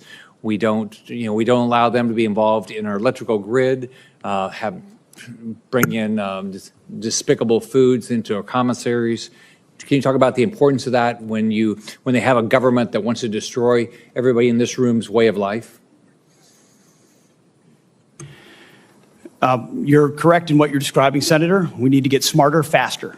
And that's the kind of urgency that we feel in the Defense Department. There's been a lot of talk about prioritization and pivoting and recognizing the size and scale and scope of the Chinese threat. And then there's doing everything possible inside your decision cycle to include how you posture, how you procure, how you plan to ensure that it's not reliant in any way. You don't have Achilles heels in any part of the process, whether it's critical munitions or it's critical minerals or it's any number of our weapon systems. I mean, you've heard the president say, Golden Dome, his big signature priority for the defending the homeland will be American made, because we can't have systems like that dependent on what the Chinese could do about it later on. So we completely agree with you, and myself and the Deputy Secretary that's kind of an number one for us, is in making sure that what we source is sustainable. So if Communist China continues to build up their economy, do you think they'll continue to invest in their military? Yes, sir, and I think a lot of that spending is commingled. Right. And do you believe that that if the American public knew the risk of China and what you think about every day, that they would buy fewer Chinese products? Sir, it's our job to think about every day. If a lot of the information we saw were to be made public, there would probably be more urgency. Yes, sir. Do you think that we ought to be allowing Chinese companies to be able that support either the economy of China so they can build up a military, or companies that actually work with the Chinese military? Do you think they ought to be able to sell stocks in America? Senator, that's not real, but I would say that the president is focused, especially through trade, on right-sizing a lot of those dynamics and making sure that American companies, American industries are protected and brought back to the United States. Okay. So whether it's Americans buying products that help China build their economy, so they build a military to try to defeat us. So whether buying Chinese drones or drugs or allowing them to buy farmland, you would recommend to the American public that we wake up and stop doing these things? Generally speaking, Senator, yes. Thank you. Senator Warren. Thank you, Mr. Chairman. So President Trump has deployed the National Guard and then the U.S. Marines to Los Angeles over the objections of state and local officials, saying that the troops are needed to support immigration detention operations that are being carried out by ICE. On Sunday night, the president threatened to deploy ICE agents to other cities around the country that he sees as, quote, the core of the Democrat power center, end quote, specifically mentioning Chicago and New York. Secretary Hegseth, if the president wanted to deploy Marines to Chicago and New York City like he did in Los Angeles, would you carry out that order even if the local governors and mayors objected? Well, Senator, because Governor Newsom was unwilling to address That's not my protecting question. federal law enforcement agents in Los Angeles, President Trump had all the authorities, and the Defense Department happily supported defending our ICE agents in the conduct of their job. They have the right, as Americans, to be able to do their job without being attacked by mobs. And we will protect them in that I know process. that And you if heard other my states question. needed it, we would provide that. I know that you heard my question. So you would be willing to send troops if the president ordered it to Chicago, New York City? That's right. Well, thankfully, New York City, unlike California, unlike Gavin Newsom, is willing to step up and address the issue with their local law I will enforcement. take that as a yes. How about if the president says he wants to send troops to 15 cities? Would you be willing to do that?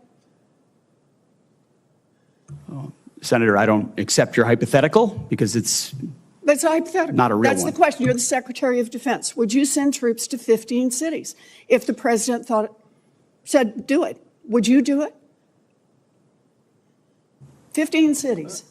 Again, Senator, it's a complete hypothetical lacking any context Look, at all. You're the Secretary And I refuse of to box Defense. myself in based on Well, you can questioning on a refuse, hypothetical. But you're here asking for $1 trillion, and I want to know how you're going to spend it. And so my question is, if Donald Trump tells you to send troops to 15 American cities, are you going to spend the money and send the troops?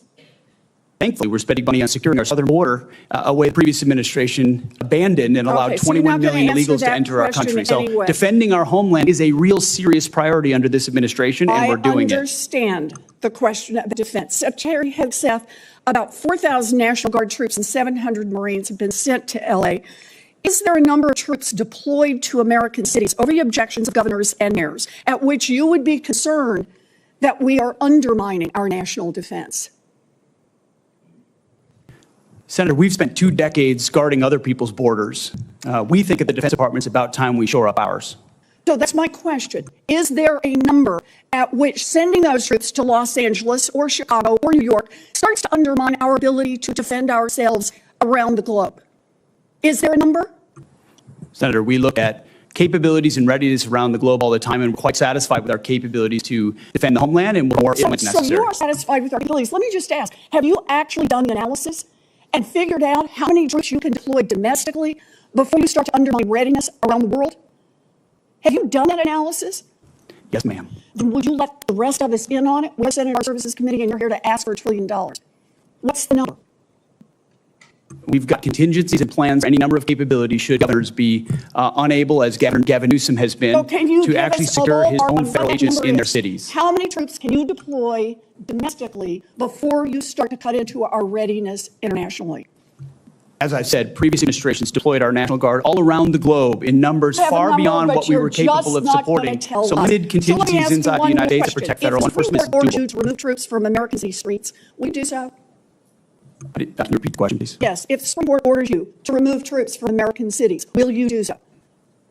As I've said, Senator, I don't believe district courts should determine national security policy, but if That was Supreme not Court the rules on a topic, we will abide by that. Okay. You know, during her press conference last week, Secretary Noem said, "We are staying here to lead the city from its mayor and its governor, people who were elected by a majority of voters."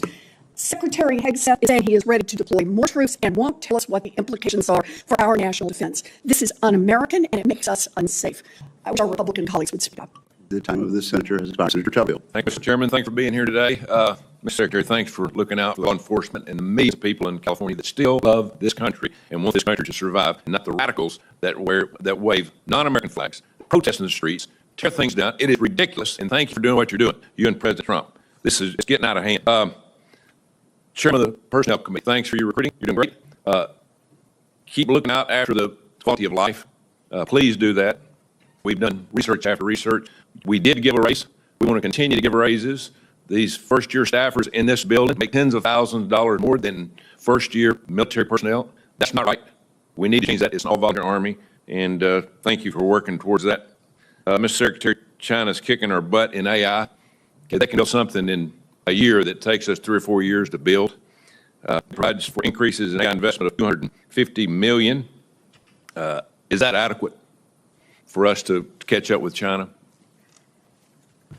Senator, we are very aware of the accelerant that is AI, and that it is the next chapter, the next sphere of where advantages will be gained. And we are making the necessary investment, we believe, in this budget to say they're working with private industry in the United States, who's thankfully at this point getting their butt kicked yet by China, and I think presents an opportunity for us to work with them to press the advantage. So we're looking for private partners as well to enhance our capabilities across the DoD. You have to know your problems and where you're at before you can go forward, and hopefully we're understanding that. Obviously, we've got a lot of problems that's going on.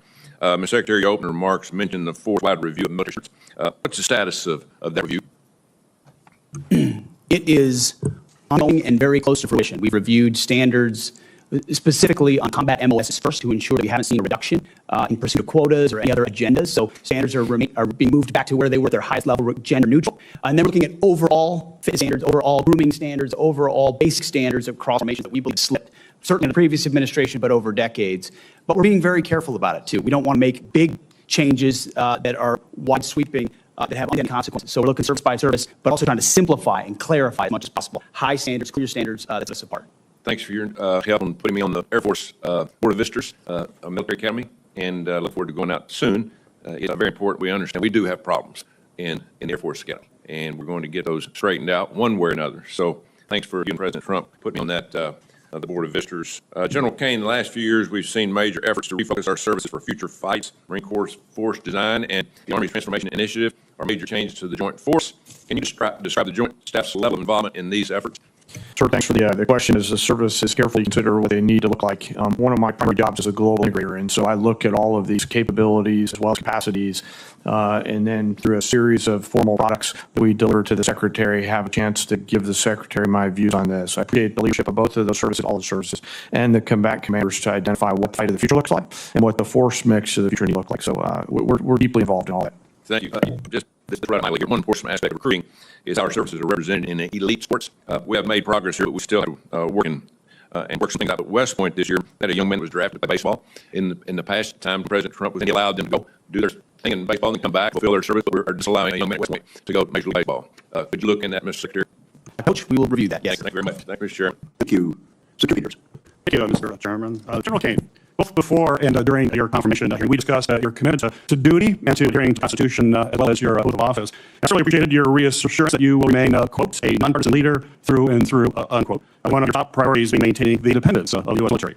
Along with remaining political, I'm sure you will agree that fostering a mission-focused environment is essential to leading the Department of Defense. So my question for you, sir, is can you please share with this committee and the American people what your approach to leadership as chairman of the Joint Chiefs is? Yes, sir. It's certainly the job is one to understand the global set of challenges, integrate the options that must be considered, and then to present those options to the president. And I've always taken a certain leadership approach throughout my career based on my oath of office and Constitution and my commission. And as a nonpartisan leader, you reiterate that? Always. Yeah, I reiterate that. Well, thank you. And as a former lieutenant commander in the U.S. Navy, I certainly agree with your answers and your commitment to men and women in uniform. Secretary Hegseth, your approach to leadership, I believe, stands in direct conflict with the ideas that we just discussed with General Kane. In a time of great chaos and uncertainty in the world, I'm extremely concerned that your many shortcomings could have potentially life-threatening consequences for American service members. In your confirmation hearing, I expressed my deep reservations about patience to run the DoD. I also made clear that no board of directors in the world hires someone with so little experience to run a large business, much less the Department of Defense, where American lives are on the line regularly. For this reason, in addition to some concerns you had about character, I ultimately opposed your nomination. And unfortunately, the reservations have become reality.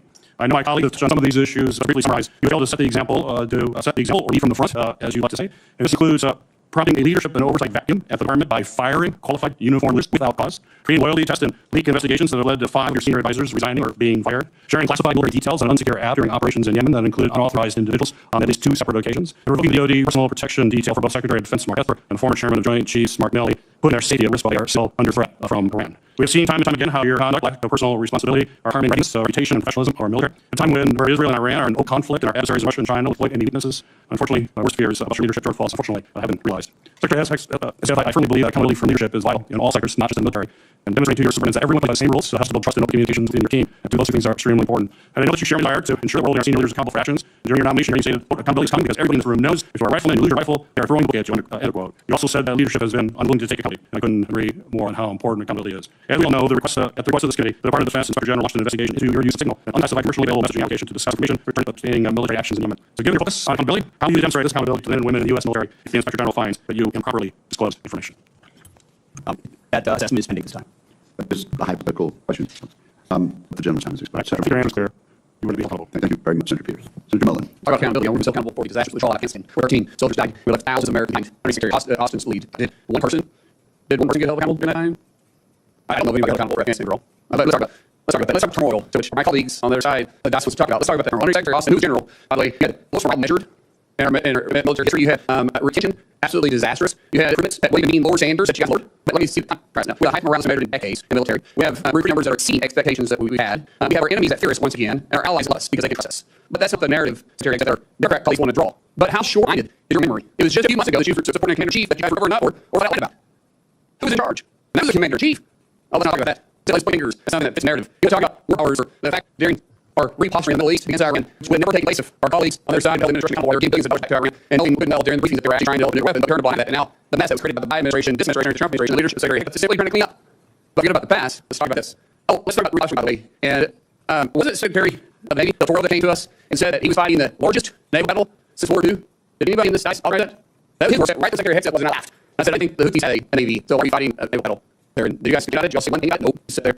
Because Commissioner, this one does. And then we're going to start talking about National Guard and the Marines. Didn't General Eisenhower, I'm sorry, President Eisenhower deploy troops, federalized troops in 1967? Canceled deployment in First Airborne because the governor refused to protect civil rights and personal property.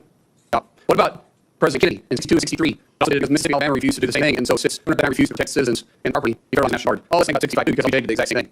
But that's history. But yet it's extremely important in the context of what you guys are claiming behind here. That's the narrative that you guys want to put out there. History is history. Look back at it if you want your life. But keep in mind, every 3 years, 3 years, one back at you. Because the previous administration, you guys 100% turned a blind eye to, did nothing to hold them accountable. Nothing. So don't sit up here and pretend like you're holding the administration accountable now, because you didn't for 4 years. You literally covered up for Commander-in-Chief absent. Absent-minded and absent leadership. And you guys did absolutely nothing. Even your left-leaning media saying it's worse possibly in political history. Yeah, nothing for you guys. You all should be ashamed of yourself. Literally, you should be ashamed of yourself. Now you back. Thank you, Senator Mullen. Senator Rosen.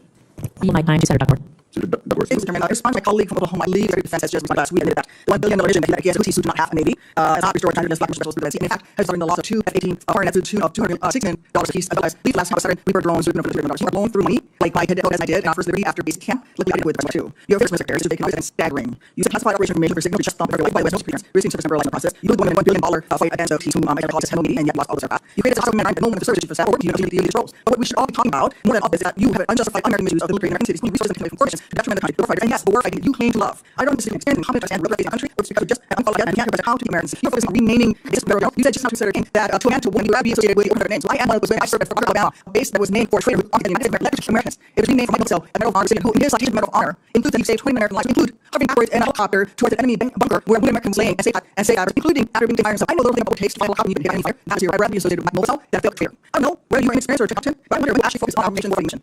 We know California is just a deliberate satanic political campaign led by you. You should not use our military to get against Americans. Joe King, as chairman, a key part of your according to planning for force. Yesterday, Department of Brave any military and used the air forces to include the national or active groups to spread one for including other locations in the United States.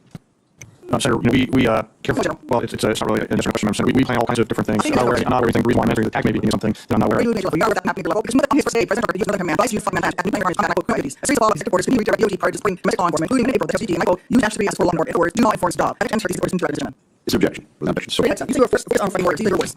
If you have really resources and to fund non-military domestic policing across the country, qualified police officers who are trained for that mission, they know those people, and Los Angeles, who want to claim Pacific. And you recently presented more than we updated Madden Municipal Price. You say officers have been trained, but I would much rather have those tough training relevant to high-end combat. Instead of having a spreadsheet for price, it should be kept live on new designs. Instead of programming neighborhoods and in front of buildings, it should be rehearsed in fire missions. You have police who stand for those buildings. And those attacks goes on. You encourage the team to go for it as increasing numbers. You're playing away from foreign enemies who literally say to America. And you bring troops with weapons aimed at Americans. This is a great to supporting to the justice. And you want to this great meeting about fight for this. I'll be your comments. Senator Time has expired. Mr. Chairman, thank you all for being here. Thank you all for your job in putting morale into recruiting deterrence. Incredible performance compared to the last administration. Thank you all for working in short order as well. Mr. Secretary, while I was overseas in time zones this past weekend, I was able to what's great, even though it was on the phone screen. But I just want to take a quick glimpse at the controversial side. I said until 2 a.m. I could not turn off because it wasn't about you, Mr. Secretary, it was about our president. It was about the men and women who recognize each and every day. And I get to see them bring under their helmets and their uniforms small and here, being recognized, whether it's on TV or those of us in the office, our presidents, or those that show up to support them. So thank you for that. And back to the morale we're seeing in the numbers. I think it will go higher as a result of that. So I appreciate what you did. Mr. Secretary, I want to echo what my colleague Super said a few months ago at your comments. In previous years, air force is rated for 70 a year, which would be equal to maximum F-35 and the F-35 production lines. And I applaud the president since receiving the F-47, but I understand it's going to take a while for that to be able to feel it. And I'm interested in maintaining strong level of other things like the air. What can you tell us about the future of the F-15E in particular? I'll be waiting. I'll get F-47. Mr. Secretary, you've got experience second period as well. Secretary as well. Secretary, with the balance of my air security time here, my budget has substantially increased on FDES. I can see the money that particular provides us. And all of it for because it's ways to the investment. Sir, thanks for the question. And you said that current Italy efforts, study and economic and air security, harder problems in Iran, start to see the importance of having those things like F-47EX and any future capabilities to consider. So we'd say attack your staff and appreciate your leadership in this. So move forward. Thank you. Your administration, our forces play a crucial role in winning our conflict. However, the previous administration posed cuts to soft and programs. So the president's budget has size, structure, and posture for special forces 2026. What we want to see is cuts to soft skills. Especially not just not the last 4 6 years recognition that those resources that are used on less often just training, and so investments both in personnel but also training to the center. But the DAA originally makes all future annual defense guides includes specifics for exercise, structure, posture, and preparation soft. Don't make 3 forces to read it. The previous report on March 1st on this one of the defense guides. Specific date is on last night. Will you, Mr. Secretary, the scenes far through and by updates made on progress? Yes, Senator, we'll continue. Thank you. Last about munitions, Mr. Duquesne, how do you see munitions usage? Ukraine knows particularly our ground-based interceptors and air missiles. It seems like quite a few requests. Senator, always conflict consumption rate. One of the key stories of the fight in the Middle East is the advancement of laser rockets to target on the background committee push, and that's what I say is one of the critical area munitions. And I can question the others offer. Thank you very much, Senator Kelly. Senator Rosen, you have a time, Senator Duckworth, this schedule will be last. Do you think that we'll Senator Rosen have to now? Senator Rosen, I thought it was Chris. No, I think you might make a couple slides, Mr. Chairman. We need to carry each other. And thank you, Chairman. We call Mr. Secretary. We've had a short amount of time, so I'm just going to ask a question, and then we'll appreciate it. First, we understand no. So, Secretary, accept what we've seen in your bill. The Department of Defense for the values of conduct, and citizens expect. Senator, we want to hold the highest possible standard. Yes. Do you agree that the AI accepted and said based on our military? Yes or no? Thank you. Could you also read anyone's motion on the vote? I have said experience listed out of the neo-Nazi playbook. I vote. Should be anywhere near a position of power. Yes or no? Since I don't believe the tradition of many officials in the media, we see this Generally, would you not say that every talking about the neo-Nazi playbook doesn't have any place in our Department of Defense? Now, Secretary Hegseth, Secretary Rivers, Haynes, Wilson, DOD, Secretary, direct vote. From one of my colleagues on the committee, also for the long comments. At my comments, when we honestly, your comments, I trust that you got both sides to vote. However, on this, I will not address the comments. Ms. Wilson. This seems to be an odds. Honestly, what's very well mentioned, examples you said you agree with. Those Secretary Hegseth provided internet files, times are and to show that the Trump administration, your administration, does have a zero policy for anti-Semitism. Will you use the same for both U.S. and other sources today? Yes or no? And if I reached the tax director, I worked directly for her, she has a job, and he suggested that I or other states, and this misinformation can be lost.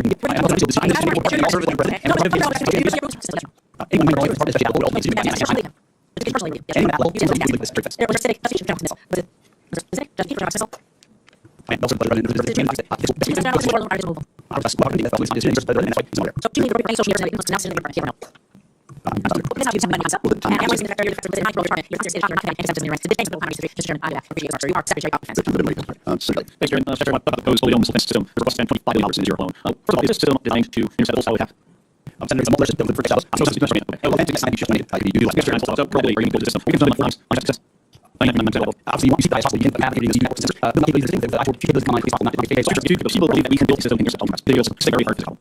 You know, something that's something that's one thing that is so like hundreds of CMs on space, videos, multiple videos, thousand equals, exotic ideas, all of us.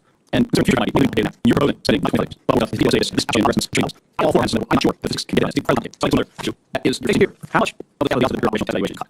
I brings with the just out of the dependencies and multiple layers. I'm just going to hold out the innovation staff room part concerns about all this plan, what you have to do.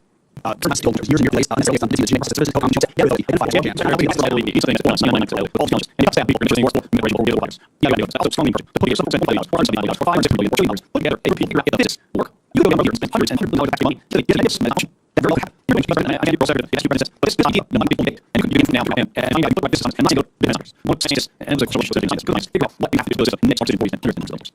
So we're not, things and I first one of the mouse here, blowing, that moves around immediately, the building system, and can't be full out of bread, everybody will most of these. Thank you. For getting thoughts on there, seriously, I can't believe that you really scale our basis in one session. Big concerns of getting far and we'll say something we see down how we acquire and animate I think the details of the organization part to our ways like the privacy to build skill awareness for the so they can build these farms private data and so the ability to We're going to make sure about associates. First of all, the security defense is very neat. Coordinating, you know, Albany as well. Part of the associates and research. You know, I'm heard that associations, you know, for you business owners, hospitals, and capability of their such as that. And you guys are strong users on the environment. So for that position, you are also certified. I think the boss and that's really multi-sectoral as well. It's a more active organization that brings us building. You also expand the videos to have more than I've got more you have also make sure well. I'm curious. We have now and continue again. You know, supposed to be more money to process that. Things like that. There's other things. The way you get here, reform that. It's not your so you can power the formation. So you know, it's more question you have to. You know, I believe kind of hours for this video. It feels like you know, we'll move on. All that is on the yeah. We got I'm focusing on 14 continuous and much average. We'll keep up at all ways to win play home side. We'll organize it all. If we are regions to be able to we also need to do this on make sure we have enough of them. Or also start to make so she and I would love to hear that more conversation about security. The first one. Mr. Chairman, Mr. Chairman, bringing you my concern was the use of the military. We had to take full launches and ask you about whether you accept that was split into a staff to deploy troops and officers and to transfer to them their life. So we are here, but then reducing what and so and how I was saying they gave all this out the send us protect us first. Use it. Why was it not to not in very one day the last one for sure them. So keep them have you right from the beginning of the